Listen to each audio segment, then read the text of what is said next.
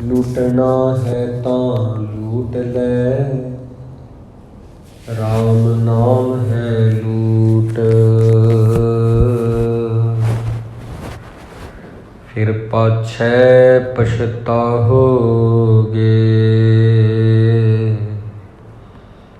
प्राण जाएंगे छूट।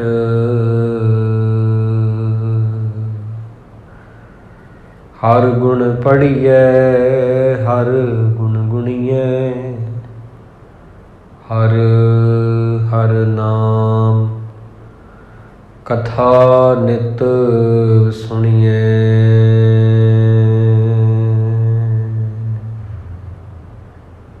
सम्मानयोग गुरु प्यारी साध संगत जी, सतगुरु सच्चे पातशाह जी की अपार बख्शिश हुई है। पावन दरबार दियां हाजरियां भरन दा ਅਤੇ ਗੁਰਬਾਣੀ ਨੂੰ ਸਰਵਣ ਕਰਨ ਦਾ ਕੀਮਤੀ ਅਤੇ ਸੁਭਾਗ ਭਰਿਆ ਸਮਾਂ ਵਾਹਿਗੁਰੂ ਜੀ ਨੇ ਸਾਨੂੰ ਬਖਸ਼ਿਆ ਹੈ। ਸੋ ਆਓ ਗੁਰਬਾਣੀ ਦੀ ਵਿਚਾਰ ਨੂੰ ਆਰੰਭ ਕਰਨ ਤੋਂ ਪ੍ਰਥਮ ਪਿਆਰ ਅਦਬ ਸਹਿਤ ਗੁਰੂ ਜੀ ਦੀ ਬਖਸ਼ੀ ਫਤਿਹ ਪ੍ਰਵਾਨ ਕਰਨੀ ਜੀ। ਵਾਹਿਗੁਰੂ ਜੀ ਕਾ ਖਾਲਸਾ, ਵਾਹਿਗੁਰੂ ਜੀ ਕੀ ਫਤਿਹ। ਅੱਜ ਦਾ ਪਾਵਨ ਹੁਕਮਨਾਮਾ ਤੀਸਰੇ ਪਾਤਸ਼ਾਹ ਜੀ ਧੰਨ ਧੰਨ ਸਾਹਿਬ ਸ੍ਰੀ ਗੁਰੂ ਅਮਰਦਾਸ ਜੀ ਮਹਾਰਾਜ, ਉਹਨਾਂ ਦੀ ਰਸਨਾ ਤੋਂ ਇਹ ਗਾਇਨ ਕੀਤਾ ਹੋਇਆ ਹੈ। 599 ਅੰਗ ਤੋਂ ਆਰੰਭ ਹੋ ਕੇ 600 ਅੰਗ ਤੇ ਇਹ ਪਾਵਨ ਸ਼ਬਦ ਸੰਪੂਰਨ ਹੋ ਜਾਂਦਾ ਹੈ। ਗੁਰੂ ਮਹਾਰਾਜ ਗੁਰੂ ਅਮਰਦਾਸ ਜੀ ਦਾ ਜੋ ਜੀਵਨ ਹੈ ਉਹ ਪੂਰੇ ਸੇਵਾ ਦੇ ਨਿਪੁੰਜ ਹਨ, ਸ਼ਾਂਤੀ ਦੇ ਮੁਜੱਸਮੇ ਨੇ। ਜਿੰਨੀਆਂ ਵੀ ਸਮਾਜ ਵਿੱਚ ਗਲਤ ਪ੍ਰਥਾ ਜਿਹੜੀ ਆ ਲਾਗੂ ਹੋਈ ਸੀ ਉਹਨੂੰ ਰੋਕਣ ਵਾਲੇ ਨੇ। ਭੁੱਲਿਆਂ ਨੂੰ ਰਾਹ ਦਿਖਾਉਣ ਵਾਲੇ ਆ ਗੁਰੂ ਅਮਰਦਾਸ ਜੀ। ਲਿਬੜੇ ਹੋਏ ਜਿਹੜੇ ਔਗਣਹਾਰੇ ਲੋਕ ਆ ਉਹਨਾਂ ਨੂੰ ਗਲ ਨਾਲ ਲਾਉਣ ਵਾਲੇ ਆ ਗੁਰੂ ਅਮਰਦਾਸ ਜੀ। ਨਾਮ ਨੂੰ ਹਿਰਦੇ ਵਿੱਚ ਪੱਕਾ ਕਰਵਾਉਣ ਵਾਲੇ ਆ ਗੁਰੂ ਅਮਰਦਾਸ ਜੀ। ਗੁਰੂ ਅਮਰਦਾਸ ਜੀ ਪਾਤਸ਼ਾਹ ਜੀ ਐਸੇ ਹਨ ਜਿਨ੍ਹਾਂ ਦਾ ਜੀਵਨ ਬਜ਼ੁਰਗ ਹੋਣ ਦੇ ਬਾਵਜੂਦ ਵੀ ਬੰਦਗੀ ਦੇ ਵਿੱਚ ਉਹਨਾਂ ਦੇ ਕੋਈ ਕਮੀ ਨਹੀਂ ਆਈ, ਸਗੋਂ ਵਧੀ ਹੋਈ ਆ, ਘਟੀ ਨਹੀਂ ਹੈ। ਉਹਨਾਂ ਦਾ ਹੀ ਅੱਜ ਦਾ ਪਾਵਨ ਹੁਕਮਨਾਮਾ, ਜਿਸ ਦੇ ਵਿੱਚ ਉਹਨਾਂ ਨੇ ਰੱਬ ਦੇ ਸੇਵਕਾਂ ਦੇ ਬਾਰੇ ਦੱਸਿਆ। ਗੁਰੂ ਦੀ ਕਿਰਪਾ ਦੁਆਰਾ ਕਿਸ ਤਰ੍ਹਾਂ ਹੰਕਾਰ ਦੂਰ ਹੁੰਦਾ। ਕੇਵਲ ਇੱਕ ਹੀ ਸੱਚਾ ਦੁਨੀਆ 'ਤੇ, ਉਹ ਆਪ ਵਾਹਿਗੁਰੂ ਹੈ। ਜਿਹੜੇ ਉਹਦੇ ਨਾਲ ਜੁੜ ਜਾਂਦੇ ਆ ਉਹ ਇਹ ਗੱਲ ਸਮਝਦੇ ਆ। ਪਰਿਵਾਰ ਵਿੱਚ ਰਹਿੰਦਿਆਂ ਹੋਇਆਂ ਸੰਨਿਆਸ ਲੈਣਾ, ਉੱਥੇ ਘਰ ਵਿੱਚ ਹੀ ਉਦਾਸੀ ਜਿਹੜੀ ਆ ਜਾਣੀ ਆ, ਇਹ ਵੈਰਾਗ ਹੋਣਾ ਪਹਿਲੀ ਅਵਸਥਾ ਹੈ ਸੱਚੇ ਗਿਆਨ ਦੀ। ਇਹਦੇ ਬਾਰੇ ਕੁਝ ਜ਼ਿਕਰ ਹੈ ਤੇ ਅੰਤ ਦੇ ਵਿੱਚ ਆਪ ਜੀ ਇਹੀ ਦੱਸਦੇ ਨੇ ਕਿ ਗੁਰਬਾਣੀ ਤੇ ਨਾਮ ਹੀ ਸਿੱਖ ਲਈ ਉਹਦਾ ਸਰਮਾਇਆ ਹੁੰਦਾ। ਚੰਗੀ ਮੱਤ ਹਮੇਸ਼ਾ ਗੁਰੂ ਤੋਂ ਪ੍ਰਾਪਤ ਹੁੰਦੀ ਹੈ। ਇਸ ਸ਼ਬਦ ਦੀ ਵਿਚਾਰ ਕਰੀਏ। ਸੋਰਠ ਮਹੱਲਾ ਤੀਜਾ। ਰਾਗ ਤਾਂ ਸੋਰਠ ਹੈ, ਤੀਸਰੇ ਪਾਤਸ਼ਾਹ ਜੀ ਦਾ ਸ਼ਬਦ ਘਰ ਪਹਿਲਾ। ਪਹਿਲੇ ਘਰ ਦੇ ਵਿੱਚ ਆਪ ਜੀ ਨੇ ਗਾਉਣ ਲਈ ਆਖਿਆ ਹੈ, ਇੱਕ ਓੰਕਾਰ ਸਤਿਗੁਰ ਪ੍ਰਸਾਦ। ਦੁਨੀਆ ਨੂੰ ਬਣਾਉਣ ਵਾਲਾ, ਪਾਲਣ ਵਾਲਾ, ਮਿਟਾਉਣ ਵਾਲਾ ਇੱਕੋ ਹੀ ਪ੍ਰਮਾਤਮਾ ਓੰਕਾਰ ਉਸ ਦੀ ਧੁਨੀ ਹੈ। ਸੱਚੇ ਗੁਰੂ ਦੇ ਪ੍ਰਸਾਦ ਦੁਆਰਾ ਉਸ ਦੇ ਸਰੂਪ ਦੀ ਪ੍ਰਾਪਤੀ ਹੁੰਦੀ ਆ। ਉਹਦੇ ਜੈਸਾ ਜਿਹੜਾ ਸੁਭਾਅ ਪਰਮਾਤਮਾ ਜੈਸਾ ਗੁਰੂ ਕੋਲ ਬੈਠ ਕੇ ਹੀ ਪ੍ਰਾਪਤ ਹੁੰਦਾ। ਗੁਰੂ ਤੋਂ ਗੁਣ ਕਮਾ ਕੇ ਹੀ ਮਿਲਦਾ ਹੈ। ਸੇਵਕ ਸੇਵ ਕਰੇ ਸਭ ਤੇਰੀ, ਜਿਨ ਸ਼ਬਦੈ ਸਾਧ ਆਇਆ। ਗੁਰ ਕਿਰਪਾ ਤੇ ਨਿਰਮਲ ਹੋਆ, ਜਿਨ ਵਿੱਚੋਂ ਆਪ ਗਵਾਇਆ। ਦੁਨੀਆ ਦੇ ਵਿੱਚ ਬਹੁਤ ਤਰ੍ਹਾਂ ਦੇ ਲੋਕ ਸਾਨੂੰ ਮਿਲਦੇ ਆ। ਕਈ ਵਾਰ ਸੇਵਾ ਕਰਨ ਵਾਲੇ, ਕਈ ਵਾਰ ਮਨਮੁਖ, ਕਈ ਵਾਰ ਉੱਪਰੋਂ ਦਿਖਾਵੇ ਵਾਲੇ, ਕਈ ਵਾਰ ਅੰਦਰੋਂ ਰੱਬ ਨਾਲ ਜੁੜੇ ਹੋਏ। ਬਹੁਤ ਤਰ੍ਹਾਂ ਦੀ ਦੁਨੀਆ, ਕੋਈ ਕਿਸੇ ਵਰਗਾ ਨਹੀਂ ਹੈਗਾ। ਪਰਮਾਤਮਾ ਨੇ ਜਿਹੜਾ ਸੰਸਾਰ ਬਣਾਇਆ, ਉਹਦੇ ਵਿੱਚ ਜੋ ਬਣਾਉਂਦਾ ਇੱਕ ਜੀਅ ਨੂੰ, ਉਹਦੇ ਵਰਗਾ ਉਹਨੇ ਦੂਜਾ ਕਦੇ ਨਹੀਂ ਪੈਦਾ ਕੀਤਾ। ਇਹੀ ਉਹਦੀ ਖਾਸੀਅਤ ਆ। ਰੱਬ ਕਦੇ ਵੀ ਕਿਸੇ ਚੀਜ਼ ਨੂੰ ਰਿਪੀਟ ਨਹੀਂ ਕਰਦਾ। ਜੋ ਉਹਨੇ ਜੀਅ ਬਣਾਇਆ ਹੁਣ ਨਵਾਂ ਬਣਾਊਗਾ, ਉਹ ਪੁਰਾਣੇ ਜੈਸਾ ਨਹੀਂ ਹੋਊਗਾ। ਇਵੇਂ ਸਮਝੋ ਇਸ ਗੱਲ ਨੂੰ। ਉਹਦੇ ਕੋਲ ਬੜੇ ਢਾਂਚੇ ਆ, ਬੜੇ ਸੈਂਚੇ ਆ। ਕੋਈ ਵੀ ਕਿਸੇ ਦਾ ਅੰਗੂਠਾ ਜਿਹੜਾ ਹੈ, ਅੰਗੂਠੇ ਦੇ ਨਿਸ਼ਾਨ ਆ, ਜਿਹਨੂੰ ਫਿੰਗਰਪ੍ਰਿੰਟ ਕਹਿੰਦੇ ਆ, ਉਂਗਲਾਂ ਦੇ, ਉਹ ਕਦੇ ਵੀ ਕਿਸੇ ਨਾਲ ਮੈਚ ਨਹੀਂ ਕਰਦੇ। ਜਿਹੜੀ ਆਵਾਜ਼ ਆ ਸਾਡੀ, ਉਹ ਵੀ ਕਦੇ ਕਿਸੇ ਨਾਲ ਮਿਲਦੀ ਨਹੀਂ। ਪਰਮਾਤਮਾ ਨੇ ਕੋਇ ਨ ਕਿਸੀ ਜਿਹਾ ਉਪਾਇਆ, ਮੇਰੇ ਪ੍ਰਭ ਸਾਚੈ ਇੱਕ ਖੇਲ ਰਚਾਇਆ। ਰੱਬ ਨੇ ਜਿਹੜੀ ਇਹ ਖੇਡ ਬਣਾਈ ਆ ਦੁਨੀਆ ਤੇ, ਸੰਸਾਰ ਤੇ ਲੋਕਾਂ ਨੂੰ ਭੇਜਣ ਦੀ, ਰੂਹਾਂ ਨੂੰ ਭੇਜਣ ਦੀ, ਜੀਆਂ ਨੂੰ ਭੇਜਣ ਦੀ, ਉਹਦੇ ਵਿੱਚ ਕੋਈ ਕਿਸੇ ਵਰਗਾ ਨਹੀਂ ਹੈਗਾ।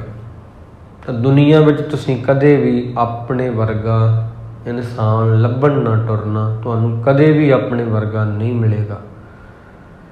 ਜੇ ਤੁਸੀਂ ਆਪਣੇ ਵਰਗਾ ਲੱਭਣ ਜਾਓਗੇ ਕਿ ਮੇਰੇ ਵਰਗਾ ਕੋਈ ਕਿਉਂ ਨਹੀਂ ਹੈਗਾ, ਤੁਸੀਂ ਨਿਰਾਸ਼ ਹੋਵੋਗੇ ਆਪਣੀ ਜ਼ਿੰਦਗੀ ਤੋਂ। ਪਰਮਾਤਮਾ ਨੇ ਕੋਈ ਇਨਸਾਨ ਦੂਜੇ ਵਰਗਾ ਬਣਾਇਆ ਹੀ ਨਹੀਂ। ਹਰ ਕੋਈ ਆਪਣੇ ਆਪ ਦੇ ਵਿੱਚ ਵਿਲੱਖਣ ਆ। ਜੇ ਉਹ ਬਣਾਉਣ ਲੱਗ ਜੇ ਦੁਬਾਰਾ, ਰੱਬ ਵੀ ਪੁਰਾਣਾ ਹੋ ਜਾਏਗਾ।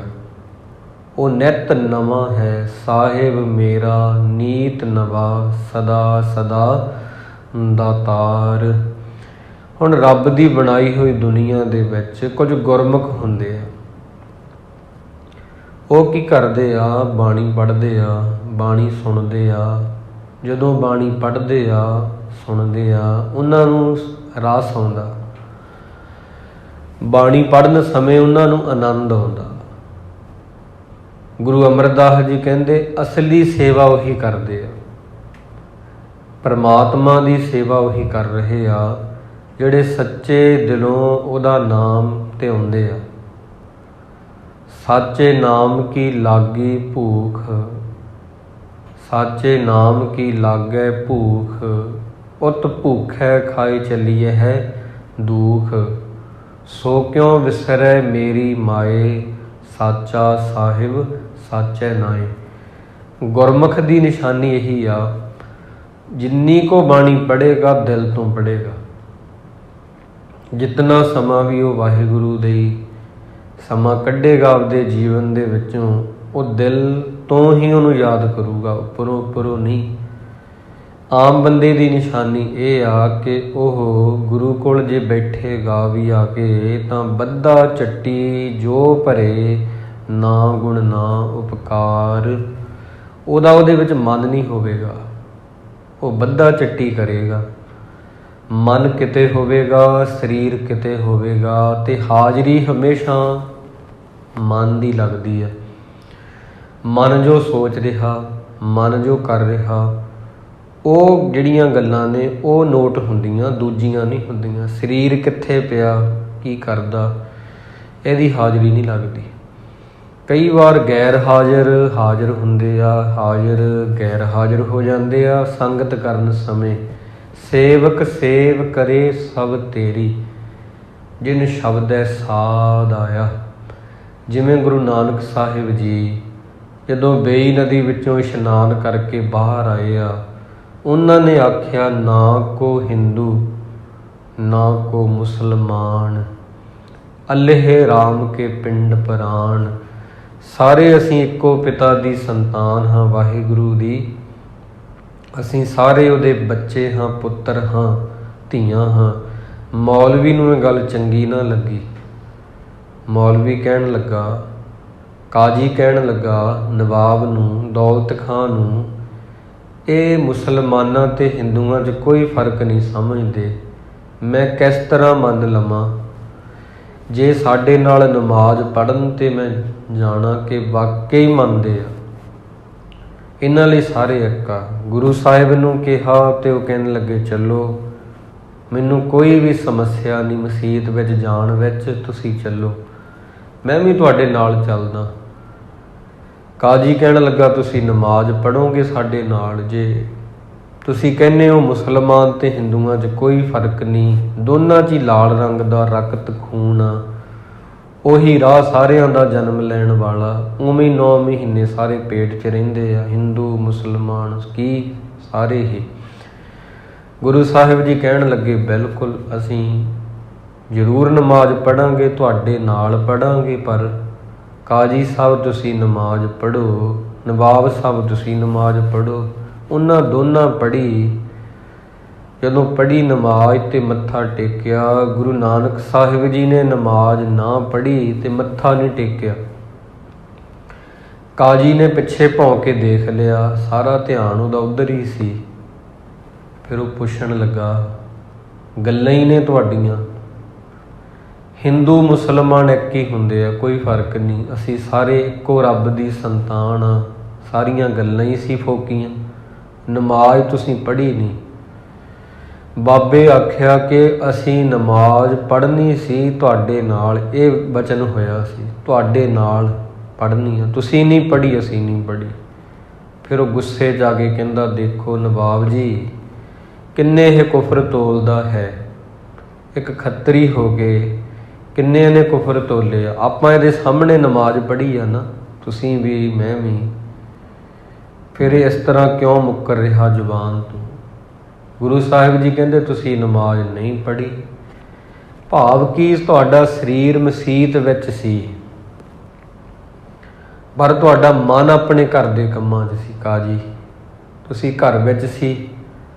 ਨਵਾਬ ਸਾਹਿਬ ਜਿਹੜੇ ਸੀ ਉਹ ਵੀ ਕਾਬਲ ਦੇ ਵਿੱਚ ਘੋੜੇ ਖਰੀਦਣ ਗਏ ਹੋਏ ਆ। ਇਹਨਾਂ ਦਾ ਧਿਆਨ ਉੱਥੇ ਮੰਡੀ 'ਚ ਆ, ਘੋੜਿਆਂ ਦੀ ਮੰਡੀ ਲੱਗੀ ਆ, ਇਹਨਾਂ ਦੀ ਸੁਰਤ ਉੱਥੇ ਆ, ਤੁਹਾਡੀ ਆਪਦੇ ਘਰ ਦੇ ਕੰਮਾਂ 'ਚ ਪਈ ਆ ਸੁਰਤ ਜਿਹੜੀ ਆ।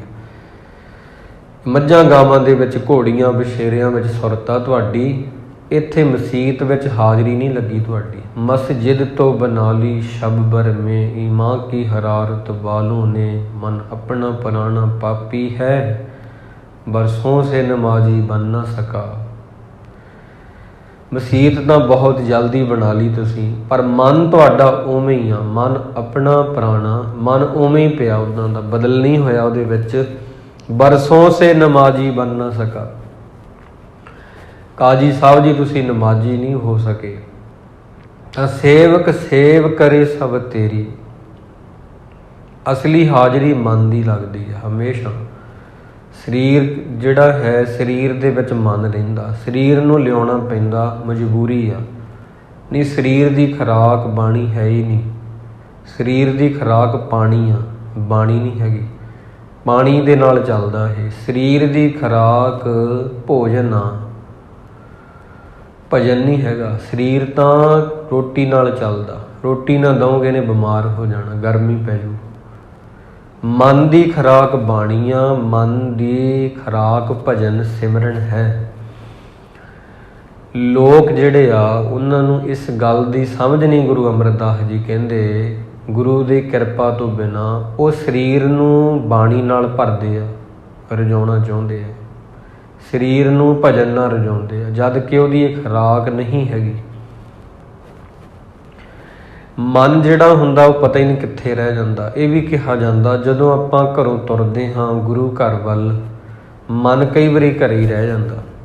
ਜਿਹਨੇ ਬਾਣੀ ਸੁਣਨੀ ਸੀ ਉਹ ਘਰੇ ਹੀ ਰਹਿ ਜਾਂਦਾ, ਜਾਂ ਜਿੱਥੇ ਆਪਾਂ ਜੋੜੇ ਉਤਾਰਦੇ ਹਾਂ ਗੁਰਦੁਆਰਾ ਸਾਹਿਬ, ਕਈ ਵਾਰ ਉੱਥੇ ਰਹਿ ਜਾਂਦਾ ਮਨ। ਅੰਦਰ ਇਕੱਲਾ ਸਰੀਰ ਹੀ ਆਉਂਦਾ, ਸਰੀਰ ਹੀ ਬਾਣੀ ਸੁਣਦਾ, ਸਰੀਰ ਹੀ ਕੀਰਤਨ ਸੁਣਦਾ, ਸਰੀਰ ਹੀ ਕਥਾ ਸੁਣਦਾ, ਜਿਹਦੇ ਕਰਕੇ ਫਿਰ 50 ਸਾਲ ਬਾਅਦ ਵੀ ਬੰਦੇ ਨੂੰ ਕੋਈ ਫਰਕ ਨਹੀਂ ਪੈਂਦਾ ਸੁਣ ਸੁਣ ਕੇ ਵੀ। ਉਹਦੇ 'ਚ ਗੁਰੂ ਦਾ ਕੋਈ ਕਸੂਰ ਨਹੀਂ, ਉਹਦੇ 'ਚ ਗੁਰੂ ਦਾ ਕੋਈ ਦੋਸ਼ ਨਹੀਂ। ਜੋ ਮੈਂ ਕੀਆ ਸੋ ਮੈਂ ਪਾਇਆ, ਇਹ ਮੇਰਾ ਹੀ ਦੋਸ਼ ਆ, ਮੇਰੀਆਂ ਹੀ ਗਲਤੀਆਂ ਸੀ। ਸਰੀਰ ਹੀ ਆਇਆ ਗੁਰਦੁਆਰੇ, ਮਨ ਨਹੀਂ ਆਇਆ। ਮਨ ਘਰੇ ਹੀ ਰਹਿ ਗਿਆ, ਜਿੱਥੇ ਆਪਾਂ ਜੋੜੇ ਉਤਾਰੇ ਉੱਥੇ ਹੀ ਰਹਿ ਗਿਆ।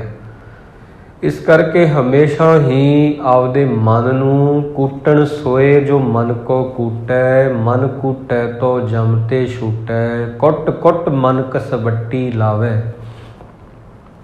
ਗੁਰਮੁਖ ਜਿਹੜੇ ਆਪਦੇ ਮਨ ਨੂੰ ਕੁੱਟ ਕੇ ਨਾਲ ਲੈ ਕੇ ਆਉਂਦੇ ਸਰੀਰ ਦੇ, ਫਰਕ ਇੰਨਾ ਹੀ। ਆਮ ਬੰਦਾ ਇਕੱਲਾ ਹੀ ਆਉਂਦਾ, ਗੁਰਮੁਖ ਮਨ ਨੂੰ ਵੀ ਲੈ ਕੇ ਆਉਂਦੇ। ਗੁਰ ਕਿਰਪਾ ਤੇ ਨਿਰਮਲ ਹੋਆ, ਨਿਰਮਲ ਤਾਂ ਮਨ ਨੇ ਹੋਣਾ ਸੀ। ਗੁਰੂ ਦੀ ਕਿਰਪਾ ਨਾਲ ਕਥਾ ਕੀਰਤਨ ਸੁਣ ਕੇ ਮਨ ਬਾਣੀ ਪੜ੍ਹ ਕੇ ਨਿਰਮਲ ਹੋ ਗਿਆ, ਜਿਹਨੇ ਵਿੱਚੋਂ ਆਪ ਗਵਾਇਆ, ਵਿੱਚੋਂ ਆਪ ਗਵਾਇਆ, ਜਿਹਨੇ ਹੁਣ ਹਉਮੈ ਛੱਡਤੀ। ਇੱਕ ਛੋਟੀ ਜੀ ਮੈਂ ਕਹਾਣੀ ਪੜ੍ਹ ਰਿਹਾ ਸੀ, ਬੜੀ ਸੁੰਦਰ ਆ। ਤੇ ਇੱਕ ਦਿਨ ਰਸਤੇ ਵਿੱਚ ਕੋਈ ਫਕੀਰ ਜਾ ਰਿਹਾ ਸੀ, ਤੇ ਉੱਥੋਂ ਹੰਕਾਰ ਨਾਲ ਭਰਿਆ ਹੋਇਆ ਇੱਕ ਵਿਅਕਤੀ ਗੁਜ਼ਰਿਆ, ਤੇ ਉਹਨੂੰ ਕਲਾਮੇ ਤੋਂ ਫੜ ਕੇ, ਗਲਮੇ ਤੋਂ ਫੜ ਕੇ ਪੁੱਛ ਰਿਹਾ, ਤੂੰ ਜਾਣਦਾ ਨਹੀਂ ਮੈਂ ਕੌਣ ਆ? ਤੂੰ ਰਸਤੇ ਵਿੱਚ ਤੁਰ ਰਿਹਾ। ਹੰਕਾਰ ਵਿੱਚ ਆ ਕੇ ਉਹਨੇ ਦਬਾਉਣਾ ਚਾਹਿਆ ਉਸ ਫਕੀਰ ਨੂੰ ਕਿ ਮੈਂ ਇੱਥੋਂ ਲੰਘਣਾ ਆਪਦਾ ਲਸ਼ਕਰ ਲੈ ਕੇ। ਉਹ ਨਵਾਬ ਸੀ ਕਿ ਤੂੰ ਵਿਚਾਲੇ ਖੜਾ, ਗੁੱਸੇ ਵਿੱਚ ਆ ਕੇ ਪੁੱਛ ਰਿਹਾ ਪੂਰਾ ਕਿ ਤੂੰ ਜਾਣਦਾ ਨਹੀਂ ਮੈਂ ਕੌਣ ਆ? ਥੋੜ੍ਹੇ ਦਿਨ ਬਾਅਦ ਇਸ ਤਰ੍ਹਾਂ ਫਕੀਰ ਨਹੀਂ ਬੋਲਿਆ, ਰੱਬ ਬੋਲਿਆ, ਉਹਦੀ ਮੌਤ ਹੋ ਗਈ। ਕਬਰ ਦੇ ਵਿੱਚ ਉਹਨੂੰ ਦਫਨਾ ਦਿੱਤਾ ਗਿਆ। ਉਹ ਜਿਹੜਾ ਨਵਾਬ ਸੀ ਵੱਡਾ, ਆਪਦੇ ਆਪ ਨੂੰ ਸਮਝਣ ਵਾਲਾ, ਫਿਰ ਉਹ ਫਕੀਰ ਉੱਥੇ ਗਿਆ ਕਬਰਿਸਤਾਨ। ਉਹ ਕਹਿੰਦਾ ਉਸ ਦਿਨ ਮੇਰਾ ਦਿਲ ਨਹੀਂ ਸੀ ਪੁੱਛਣ ਦਾ ਕਿ ਤੂੰ ਕੌਣ ਆ, ਤੂੰ ਕਹਿ ਰਿਹਾ ਸੀ ਤੈਨੂੰ ਪਤਾ ਨਹੀਂ ਮੈਂ ਕੌਣ ਆ। ਅੱਜ ਮੈਂ ਪੁੱਛਣ ਆਇਆ ਤੂੰ ਕੌਣ ਆ, ਮੈਨੂੰ ਦੱਸ ਦੇ। ਪਰ ਅੱਜ ਤੂੰ ਦੱਸਣ ਜੋਗਾ ਨਹੀਂ। ਬਸ ਇਹੀ ਆ ਬੰਦੇ ਦਾ ਵਜੂਦ, ਇਹੀ ਆ ਬੰਦੇ ਦਾ ਵਜੂਦ ਕਿ ਮਿਟ ਗਏ ਜ਼ਿੰਦਗੀ ਕੇ ਨਿਸ਼ਾਨ ਕੈਸੇ ਕੈਸੇ, ਜਮੀ ਖਾ ਗਈ ਆਸਮਾਂ ਕੈਸੇ ਕੈਸੇ। ਵਜੂਦ ਬੰਦੇ ਦਾ ਹੀ ਸੀਗਾ। ਜੀਵਦਿਆਂ ਪੈਰਾਂ ਤਲੇ ਮੋਇਆਂ ਉੱਪਰ ਹੋਏ, ਮਿੱਟੀ ਸੀ ਵਜੂਦ, ਪਰ ਹੰਕਾਰ ਕਰਕੇ ਉਹਨੇ ਆਪਦੇ ਆਪ ਨੂੰ ਕੁਝ ਸਮਝ ਲਿਆ ਸੀ। ਫਿਰ ਫਕੀਰ ਨੇ ਪੁੱਛਿਆ ਮੈਨੂੰ ਅੱਜ ਦੱਸ ਤੂੰ ਕੌਣ ਆ? ਉਸ ਦਿਨ ਤੂੰ ਦੱਸ ਰਿਹਾ ਸੀ ਮੇਰੀ ਕੋਈ ਤਮੰਨਾ ਨਹੀਂ ਸੀ ਜਾਣਨ ਦੀ ਤੂੰ ਕੌਣ ਆ। ਅੱਜ ਮੈਂ ਪੁੱਛਣ ਆਇਆ ਤੂੰ ਕੌਣ ਆ, ਤੂੰ ਦੱਸ ਕਿਉਂ ਨਹੀਂ ਰਿਹਾ? ਅਨ ਦਿਨ ਗੁਣ ਗਾਵੇ ਨਿਤ ਸਾਚੇ, ਗੁਰ ਕੈ ਸ਼ਬਦ ਸੁਹਾਇਆ। ਰੋਜ਼ ਹੀ ਪ੍ਰਮਾਤਮਾ ਦੇ ਗੁਣ ਗਾਉਣੇ ਚਾਹੀਦੇ ਆ, ਪਰ ਸੱਚੇ ਦਿਲੋਂ, ਸੱਚੇ ਦਿਲੋਂ। ਮੇਰੇ ਠਾਕੁਰ ਹਮ ਬਾਰਕ ਸਰਣ ਤੁਮਾਰੀ, ਮੇਰੇ ਠਾਕੁਰ ਜੀ, ਮੇਰੇ ਰੱਬ ਜੀ, ਮੈਂ ਤੇਰਾ ਬੱਚਾ ਬਾਲਕ ਹਾਂ, ਤੇਰੀ ਸ਼ਰਨ ਪਿਆ ਹਾਂ। ਇੱਕੋ ਸੱਚਾ ਸੱਚ ਤੂੰ, ਸੱਚ ਤੂੰ ਹੀ ਆ ਕੇਵਲ। ਬਾਕੀ ਕੁਝ ਸਮੇਂ ਲਈ ਆਏ ਆ ਲੋਕ, ਚਲੇ ਜਾਣਗੇ, ਰਹਿਣਾ ਕਿਸੇ ਨੇ ਵੀ ਨਹੀਂ। ਤੂੰ ਕੇਵਲ ਏਕ ਮੁਰਾਰੀ, ਤੂੰ ਇੱਕ ਕੇਵਲ ਤੇ ਕੇਵਲ ਆਪ ਹੀ ਸੱਚਾ। ਹੋਰ ਕੋਈ ਬਾਕੀ ਤਮਾਮ ਚੀਜ਼ਾਂ ਫਨਾ ਹੋਣ ਵਾਲੀਆਂ। ਜਾਗਤ ਰਹੇ ਤਿਨੀ ਪ੍ਰਭ ਪਾਇਆ, ਸ਼ਬਦੇ ਹਉਮੈ ਮਾਰੀ। ਜਾਗਤ ਰਹੇ ਤਿਨੀ ਪ੍ਰਭ ਪਾਇਆ। ਜਿਹੜੇ ਸਾਧ ਸੰਗਤ ਵਿੱਚ ਆ ਕੇ ਜਾਗਦੇ ਆ, ਉਹਨਾਂ ਨੇ ਪ੍ਰਮਾਤਮਾ ਦੇ ਰਸ ਨੂੰ ਪਾਇਆ ਹੈ। ਸ਼ਬਦੇ ਹਉਮੈ ਮਾਰੀ। ਹਮੇਸ਼ਾ ਹੰਕਾਰ ਸ਼ਬਦ ਨਾਲ ਮਰਦਾ। ਗੁਰੂ ਦੇ ਸ਼ਬਦ ਨਾਲ ਹੰਕਾਰ ਜਿਹੜਾ ਉਹ ਹਮੇਸ਼ਾ ਖਤਮ ਹੁੰਦਾ। ਹੋਰ ਕੋਈ ਰਾਹ ਨਹੀਂ ਹੈਗਾ। ਕੋਈ ਵੀ ਰਾਹ ਨਹੀਂ ਦੂਜਾ। ਜਿਵੇਂ ਆਪਾਂ ਕਹਿੰਦੇ ਹਾਂ ਕਿ ਬਾਕੀ ਜਿੰਨੀਆਂ ਮਰਜ਼ੀ ਚੀਜ਼ਾਂ ਖਾ ਲਈਏ, ਘਰ ਦੀ ਰੋਟੀ ਰੋਟੀ ਆ, ਬਾਕੀ ਚੀਜ਼ਾਂ ਤੋਂ ਮਨ ਅੱਕ ਜਾਂਦਾ। ਅੰਤ ਵਿੱਚ ਰੋਟੀ ਨਾਲ ਹੀ ਸਬਰ ਆਉਂਦਾ। ਜੋ ਤੁਸੀਂ ਮਰਜ਼ੀ ਖਾ ਲਓ, ਕਿੰਨੇ ਕੁ ਦਿਨ ਬੰਦਾ ਕੀ ਖਾ ਲੂਗਾ, ਰੋਟੀ ਹੀ ਆਖਰ ਵਿੱਚ ਤੁਹਾਨੂੰ ਸਬਰ ਦਿੰਦੀ ਆ। ਬਿਲਕੁਲ ਇਸੇ ਤਰ੍ਹਾਂ ਹੀ ਬਾਕੀ ਜਿੰਨੇ ਉਦਮ ਕਰ ਲਓ ਮਰਜ਼ੀ, ਹੰਕਾਰ ਸ਼ਬਦ ਨਾਲ ਹੀ ਖਤਮ ਹੁੰਦਾ। ਭੁੱਖ ਜਿਵੇਂ ਰੋਟੀ ਨਾਲ ਹੀ ਖਤਮ ਹੁੰਦੀ ਆ ਅਤੇ ਸਬਰ ਉਹਦੇ ਨਾਲ ਹੀ ਆਉਂਦਾ। ਸ਼ਬਦੇ ਹਉਮੈ ਮਾਰੀ, ਹੰਕਾਰ ਜਿਹੜਾ ਹੈ ਇਹ ਹਮੇਸ਼ਾ ਗੁਰੂ ਦੇ ਸ਼ਬਦ ਨਾਲ ਖਤਮ ਹੁੰਦਾ। ਕਈ ਵਾਰ ਸਾਨੂੰ ਇਉਂ ਪ੍ਰਤੀਤ ਹੋਣ ਲੱਗ ਜਾਂਦਾ ਜਿਵੇਂ ਮੰਜੀ ਸਾਹਿਬ ਹੈ, ਚੌਰ ਸਾਹਿਬ ਆ, ਇਸ ਤਰ੍ਹਾਂ ਸਾਰੀਆਂ ਚੀਜ਼ਾਂ ਇਹ ਸ਼ਬਦ ਨਾਲ ਜੁੜੀਆਂ ਕਰਕੇ ਇਹਨਾਂ ਦੀ ਰਿਸਪੈਕਟ, ਇਹਨਾਂ ਦੀ ਇੱਜ਼ਤ ਆ, ਇਹਨਾਂ ਦੇ ਪਿੱਛੇ ਜੀ ਲੱਗਦਾ, ਸਾਹਿਬ ਲੱਗਦਾ।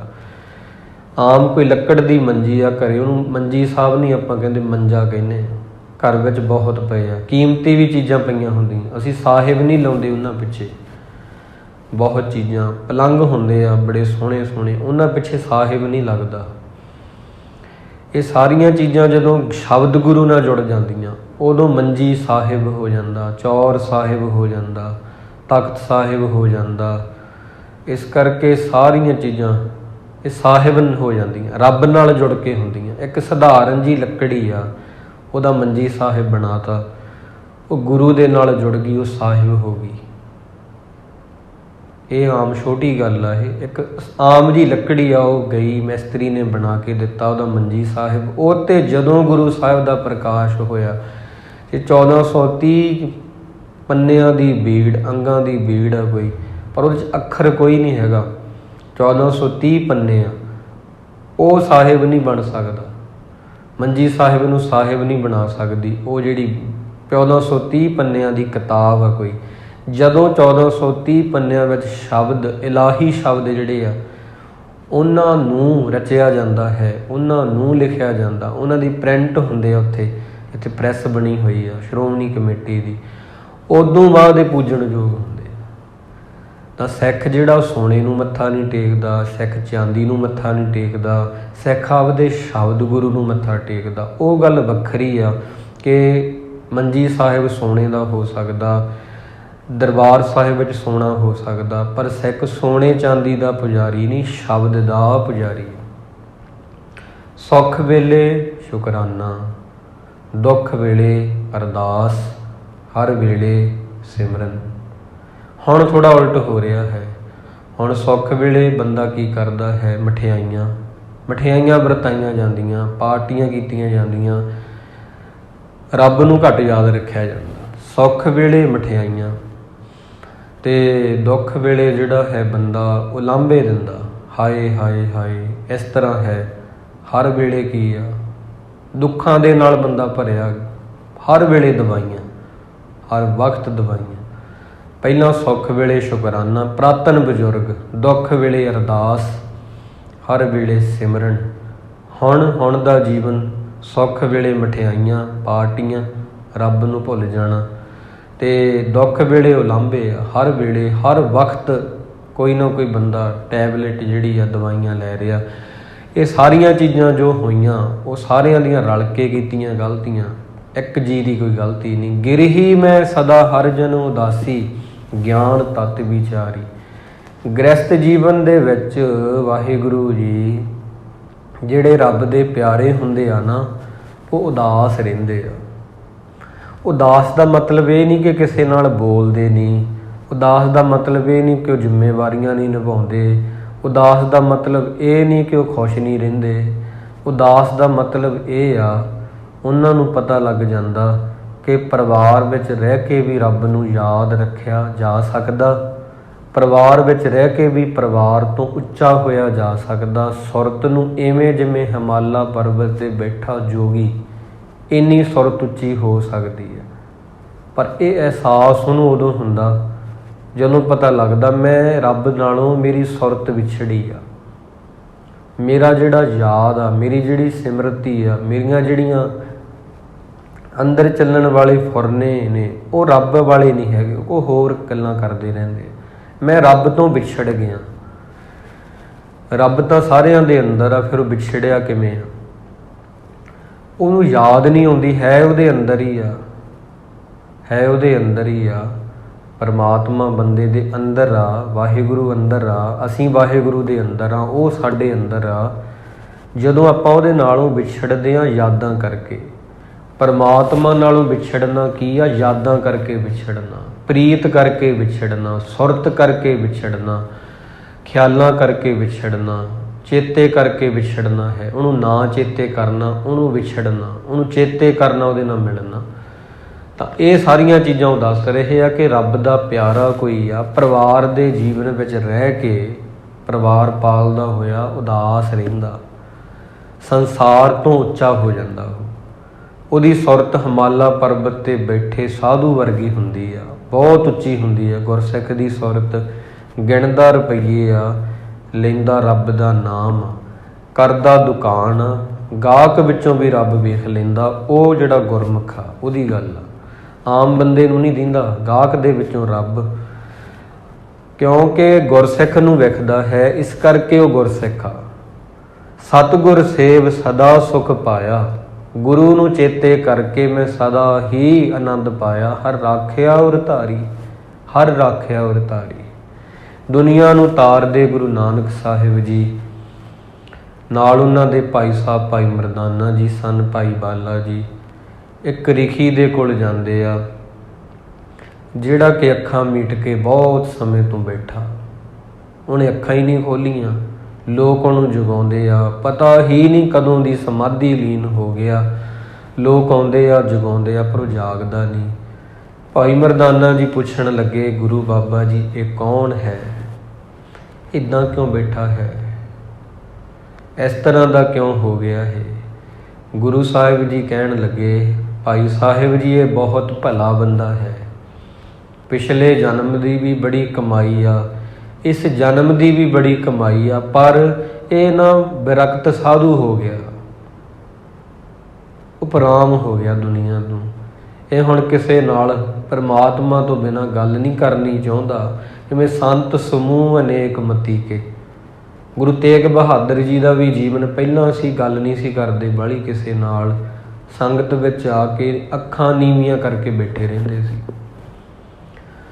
ਜਦੋਂ ਕੋਈ ਪੁੱਛਦਾ ਸੀ ਉਹਨਾਂ ਨੂੰ ਕਿ ਤੁਸੀਂ ਅੱਖਾਂ ਕਿਉਂ ਨੀਵੀਆਂ ਕਰਦੇ ਹੋ, ਫਿਰ ਉਹ ਕਹਿੰਦੇ ਹੁੰਦੇ ਸੀ ਨਾ, ਗੁਰੂ ਨੂੰ ਸਾਡੇ ਔਗਣ ਪਤਾ ਹੁੰਦੇ ਆ, ਜਿਹਨੂੰ ਸਾਡੀਆਂ ਕਮੀਆਂ ਪਤਾ ਹੋਣ ਉਹਦੇ ਅੱਗੇ ਅੱਖਾਂ ਕਿਵੇਂ ਚੁੱਕਾਂ। ਉਹ ਪਹਿਲਾਂ ਬੰਦਗੀ ਉਹਨਾਂ ਨੇ ਇਸ ਤਰ੍ਹਾਂ ਹੀ ਕੀਤੀ ਆ, ਜ਼ਿਆਦਾ ਨਹੀਂ ਕਿਸੇ ਨਾਲ ਬੋਲੇ, ਚੁੱਪ ਚੁੱਪ ਰਹੇ ਆ। ਇਹ ਥੋੜ੍ਹਾ ਇਸ ਤਰ੍ਹਾਂ ਦਾ ਮੰਨੋ ਇਹ ਸਾਧੂ ਨੂੰ ਪਹਿਲਾਂ ਵਾਲਾ। ਗੁਰੂ ਸਾਹਿਬ ਜੀ ਕਹਿਣ ਲੱਗੇ, ਭਾਈ ਮਰਦਾਨਾ ਜੀ ਇਹਨੂੰ ਜਗਾਓ। ਉਹਨਾਂ ਬੁਲਾਇਆ ਕਿ ਹੇ ਪਿਆਰੇ ਜੀ ਅੱਖਾਂ ਖੋਲ੍ਹੋ, ਦਰਸ਼ਨ ਕਰੀਏ, ਆਪ ਜੀ ਨਾਲ ਵਾਰਤਾਲਾਪ ਕਰਨੀ। ਉਹਨਾਂ ਅੱਖਾਂ ਨਹੀਂ ਖੋਲ੍ਹੀਆਂ। ਫਿਰ ਭਾਈ ਮਰਦਾਨਾ ਜੀ ਕਹਿੰਦੇ, ਗੁਰੂ ਜੀ ਤੁਸੀਂ ਕਹੋ, ਤੁਹਾਡੇ ਕਹਿਣ 'ਤੇ ਖੋਲ੍ਹੇਗਾ। ਉਹਨਾਂ ਆਖਿਆ, ਜੀ ਪਿਆਰੇ ਜੀਓ, ਅਸੀਂ ਤੁਹਾਡੇ ਨਾਲ ਰੱਬ ਦੀਆਂ ਗੱਲਾਂ ਕਰਨਾ ਹੈ, ਅੱਖਾਂ ਖੋਲ੍ਹ ਲਓ। ਫਿਰ ਉਹਨਾਂ ਨੇ ਖੋਲ੍ਹ ਲਈ। ਭਾਵ ਕੀ ਸੀ? ਉਹ ਵਿਰਕਤ ਸਾਧੂ ਬਣ ਗਏ ਸੀ। ਉਹ ਚਾਹੁੰਦੇ ਨਹੀਂ ਸੀ ਕਿ ਹੁਣ ਮੇਰੇ ਨਾਲ ਕੋਈ ਰੱਬ ਤੋਂ ਬਿਨਾਂ ਕੋਈ ਦੂਜੀ ਗੱਲ ਕਰੇ, ਤਾਂ ਉਹ ਅੱਖਾਂ ਮੀਟ ਕੇ ਬਸ ਬਹਿ ਗਏ ਕਿ ਜੇ ਕੋਈ ਕਰੇ ਤੇ ਰੱਬ ਦੀ ਗੱਲ ਕਰੇ, ਨਹੀਂ ਮੈਂ ਨਹੀਂ ਕਰਾਂਗਾ। ਇਹ ਇੱਕ ਅਵਸਥਾ ਹੋ ਜਾਂਦੀ ਆ, ਉਪਰਾਮਤਾ ਬਾਹਲੀ ਆ ਗਈ ਸੀ। ਹੁਣ ਆਪਾਂ ਸਮਾਜ ਵਿੱਚ ਰਹਿੰਦੇ ਹਾਂ, ਲੋਕਾਂ ਨੇ ਹੋਰ ਗੱਲਾਂ ਵੀ ਕਰਨੀਆਂ, ਸਾਨੂੰ ਸੁਣਨੀਆਂ ਵੀ ਪੈਂਦੀਆਂ। ਕੋਈ ਹੁੰਦਾ ਰੱਬ ਦੀ ਗੱਲ ਕਰਦਾ, ਉਹੋ ਜਿਹੇ ਸਵਾਲ ਕਰਦਾ, ਪਰ ਦੂਜੀਆਂ ਗੱਲਾਂ ਆਪਾਂ ਫਿਰ ਕਿਹੜਾ ਉਹਨਾਂ ਨੂੰ ਵੇਖ ਕੇ ਪਾਸਾ ਵੱਟ ਲਈਏ, ਉਹ ਵੀ ਸੁਣਨੀਆਂ ਪੈਂਦੀਆਂ। ਉਹ ਪਰ ਇੱਦਾਂ ਦਾ ਸੀ, ਉਹ ਕਹਿੰਦਾ ਮੈਂ ਰੱਬ ਦੀ ਗੱਲ ਹੀ ਸੁਣੂੰਗਾ, ਹੋਰ ਨਹੀਂ ਮੈਂ ਸੁਣਨੀ। ਫਿਰ ਉਹਨੇ ਬੋਲਣਾ ਹੀ ਬੰਦ ਕਰਤਾ ਸੀ, ਉਹ ਕਿਸੇ ਨਾਲ ਗੱਲ ਕਰਨ ਨੂੰ ਹੀ ਹਟ ਗਿਆ ਸੀ। ਇਹਦੇ ਪਿੱਛੇ ਵੀ ਗੁਰੂ ਨਾਨਕ ਸਾਹਿਬ ਜੀ ਕਹਿੰਦੇ ਇਹਨੂੰ ਮਾਫ ਕੀਤਾ ਜਾ ਸਕਦਾ, ਇਹ ਪ੍ਰੇਮ 'ਚ ਹੀ ਹੋਇਆ ਇੱਦਾਂ। ਹੁਣ ਵਾਹਿਗੁਰੂ ਨੇ ਰਸਨਾ ਜੀਭ ਦਿੱਤੀ ਆ ਬੋਲਣ ਲਈ, ਪਰ ਉਹਨੇ ਬੋਲਣਾ ਬੰਦ ਕਰਤਾ, ਮੋਨੀ ਬਣ ਗਿਆ। ਗੁਰੂ ਸਾਹਿਬ ਜੀ ਕਹਿੰਦੇ ਬਣਿਆ ਵੀ ਕਿਸੇ ਕਾਰਨ ਕਰਕੇ ਆ, ਅਹੰਕਾਰ ਨਹੀਂ ਇਹਦੇ ਵਿੱਚ ਵੀ। ਮੈਂ ਬੋਲਣਾ ਬੰਦ ਕਰਤਾ, ਮੈਂ ਸਾਧੂ ਹਾਂ, ਬਸ ਇਹ ਰੱਬ ਦੀ ਹੀ ਗੱਲ ਸੁਣਨੀ ਚਾਹੁੰਦਾ, ਉਹਦੀ ਗੱਲ ਕਰਨੀ ਚਾਹੁੰਦਾ, ਹੋਰ ਨਹੀਂ ਕੋਈ। ਫਿਰ ਗੁਰੂ ਨਾਨਕ ਸਾਹਿਬ ਜੀ ਨੇ ਉਹਦੇ ਨਾਲ ਖੂਬ ਤੇਰੋ ਨਾਮ, ਖੂਬ ਤੇਰੋ ਨਾਮ, ਰੱਬ ਦੀਆਂ ਗੱਲਾਂ ਕੀਤੀਆਂ। ਬਹੁਤ ਖੁਸ਼ ਹੋਇਆ, ਫਿਰ ਉਹ ਬੋਲਿਆ ਵੀ ਆ। ਗੁਰੂ ਨਾਨਕ ਸਾਹਿਬ ਜੀ ਦੇ ਕਦਮਾਂ ਤੇ ਉਹਨੇ ਆਪਣਾ ਮਸਤਕ ਰੱਖਿਆ ਤੇ ਮੁਕਤ ਹੋ ਗਿਆ। ਮੁੜ ਨਹੀਂ ਉਹਦਾ ਜਨਮ ਹੋਇਆ। ਉਹ ਸਾਧੂ ਰਿਖੀ ਦਾ, ਇਹ ਮਨੁਆ ਦਹਿ ਦਿਸ ਧਾਮ ਦਾ, ਇਹ ਮਨੁਆ, ਇਹ ਜਿਹੜਾ ਅੱਲੜ ਮਾਣਾ, ਇਹ ਮਨੁਆ। ਜਿਵੇਂ ਅੱਲੜ ਉਮਰ ਹੁੰਦੀ ਆ, ਬਹੁਤ ਚੰਚਲ ਹੁੰਦੀ ਆ। ਗੁਰੂ ਅਮਰਦਾਸ ਜੀ ਕਹਿੰਦੇ ਇਹ ਅੱਲੜ ਜਿਹੜਾ ਮਨ ਆ, ਦਹਿ ਦਿਸ ਧਾਮ ਦਾ, ਦਿਸ਼ਾਵਾਂ ਚਾਰ ਹੀ ਆ, ਇਹ 10 ਕੋਨਿਆਂ 'ਚ ਭੱਜਣ ਨੂੰ ਫਿਰਦਾ।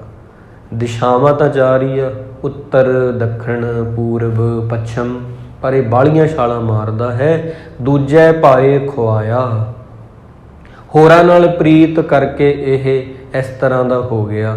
ਮਨਮੁਖ ਮੁਗਧ ਹਰ ਨਾਮ ਨ ਚੇਤੈ, ਬਿਰਥਾ ਜਨਮ ਗਵਾਇਆ। ਇਹਦਾ ਜਨਮ ਬਿਰਥਾ ਚਲਿਆ ਗਿਆ। ਸਤਿਗੁਰ ਭੇਟੇ, ਗੁਰੂ ਮਿਲ ਜੇ ਤਾਂ ਨਾਉ ਪਾਏ, ਤਾਂ ਨਾਮ ਮਿਲਦਾ, ਹਉਮੈ ਮੋਹ ਚੁਕਾਇਆ। ਮੋਹ ਬੰਦੇ ਦਾ ਖਤਮ ਹੁੰਦਾ। ਹਰ ਜਨ ਸਾਚੇ ਸਾਚ ਕਮਾਵੇ, ਰੱਬ ਦੇ ਪਿਆਰੇ ਦੁਨੀਆ ਤੇ ਆ ਕੇ ਪੈਸਾ ਭਲਾ ਦੀ ਨਾ ਕਮਾਉਣ, ਸੱਚ ਜ਼ਰੂਰ ਕਮਾਉਂਦੇ ਆ। ਗੁਰ ਕੈ ਸ਼ਬਦ ਵਿਚਾਰੀ, ਗੁਰੂ ਦੇ ਸ਼ਬਦ ਨੂੰ ਵਿਚਾਰਦੇ ਆ। ਨਾਨਕ ਨਾਵੋ ਗਤ ਮਤ ਪਾਈ, ਇਹਾ ਰਾਸ ਹਮਾਰੀ। ਪਰਮਾਤਮਾ ਦੇ ਦਰ ਤੇ ਆ ਕੇ ਉਹ ਚੰਗੀ ਮੱਤ ਲੈਂਦੇ ਆ। ਇਹੀ ਉਹਨਾਂ ਦੀ ਪੂੰਜੀ ਹੁੰਦੀ ਆ। ਨਾਮ ਹੀ ਉਹਨਾਂ ਦਾ ਖਜ਼ਾਨਾ ਹੁੰਦਾ, ਨਾਮ ਹੀ ਉਹਨਾਂ ਦਾ ਖਾਤਾ ਹੁੰਦਾ। ਬਸ ਉਹਦੇ ਵਿੱਚ ਵਾਹਿਗੁਰੂ ਵਾਹਿਗੁਰੂ ਕਹਿ ਕੇ ਉਹਨੂੰ ਜਮ੍ਹਾਂ ਕਰੀ ਜਾਂਦੇ ਆ। ਇਸ ਤਰ੍ਹਾਂ ਉਹ ਦੁਨੀਆ ਤੋਂ ਜਾਂਦੇ ਆ। ਗੁਰੂ ਸਾਹਿਬ ਕਿਰਪਾ ਕਰਨ ਜੀ। ਐਸੇ ਜਿਹੜੇ ਰੱਬ ਦੇ ਪਿਆਰੇ ਆ, ਵਾਰ-ਵਾਰ ਸਜਦਾ ਉਹਨਾਂ ਦੇ ਚਰਨਾਂ ਦੇ ਉੱਪਰ। ਗੁਰੂ ਸਾਹਿਬ ਕਿਰਪਾ ਕਰਨ, ਅਸੀਂ ਸਾਰੇ ਹੀ ਉਹ ਅਕਾਊਂਟ ਖੋਲ੍ਹੀਏ ਜਿਹੜਾ ਗੁਰੂ ਨਾਨਕ ਦੇ ਘਰ ਵਿੱਚ ਆ, ਅਤੇ ਵਾਹਿਗੁਰੂ ਵਾਹਿਗੁਰੂ ਕਹਿ ਕੇ ਉਹਦੀ ਦੌਲਤ ਨੂੰ ਵਧਾਈਏ, ਅਤੇ ਉਹਨੂੰ ਵਿਆਜ ਵੀ ਲੱਗੇ, ਇਤਨਾ ਲੱਗੇ ਕਿ ਉਹ ਦੁੱਗਣਾ ਚੌਗਣਾ, ਦਿਨ ਦਿਨ ਚੜ੍ਹੇ ਸਵਾਇਆ, ਉਹ ਦਿਨ ਰਾਤ ਦੁੱਗਣਾ ਹੋਵੇ। ਐਸਾ ਸਾਡਾ ਜੀਵਨ ਹੋਵੇ। ਤਾਂ ਆਪਦੇ ਖਾਤੇ ਵਿੱਚ ਵਾਹਿਗੁਰੂ ਕਹਿ ਕੇ ਇਹ ਪੈਸੇ ਜਮ੍ਹਾਂ ਕਰੋ, ਜ਼ਰੂਰ ਕੰਮ ਆਉਣਗੇ।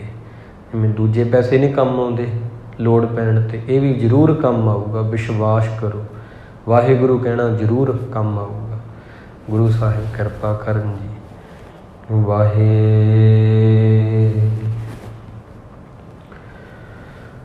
ਗੁਰੂ ਵਾਹਿ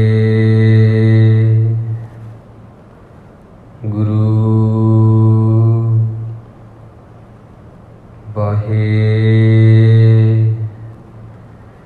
ਗੁਰੂ ਵਾਹਿ ਗੁਰੂ ਵਾਹਿ ਗੁਰੂ ਵਾਹਿ ਗੁਰੂ ਵਾਹਿ ਗੁਰੂ ਵਾਹਿ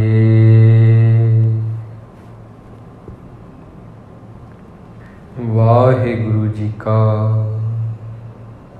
ਵਾਹਿਗੁਰੂ ਜੀ ਕੀ ਫਤਿਹ। ਤੂੰ ਠਾਕੁਰ।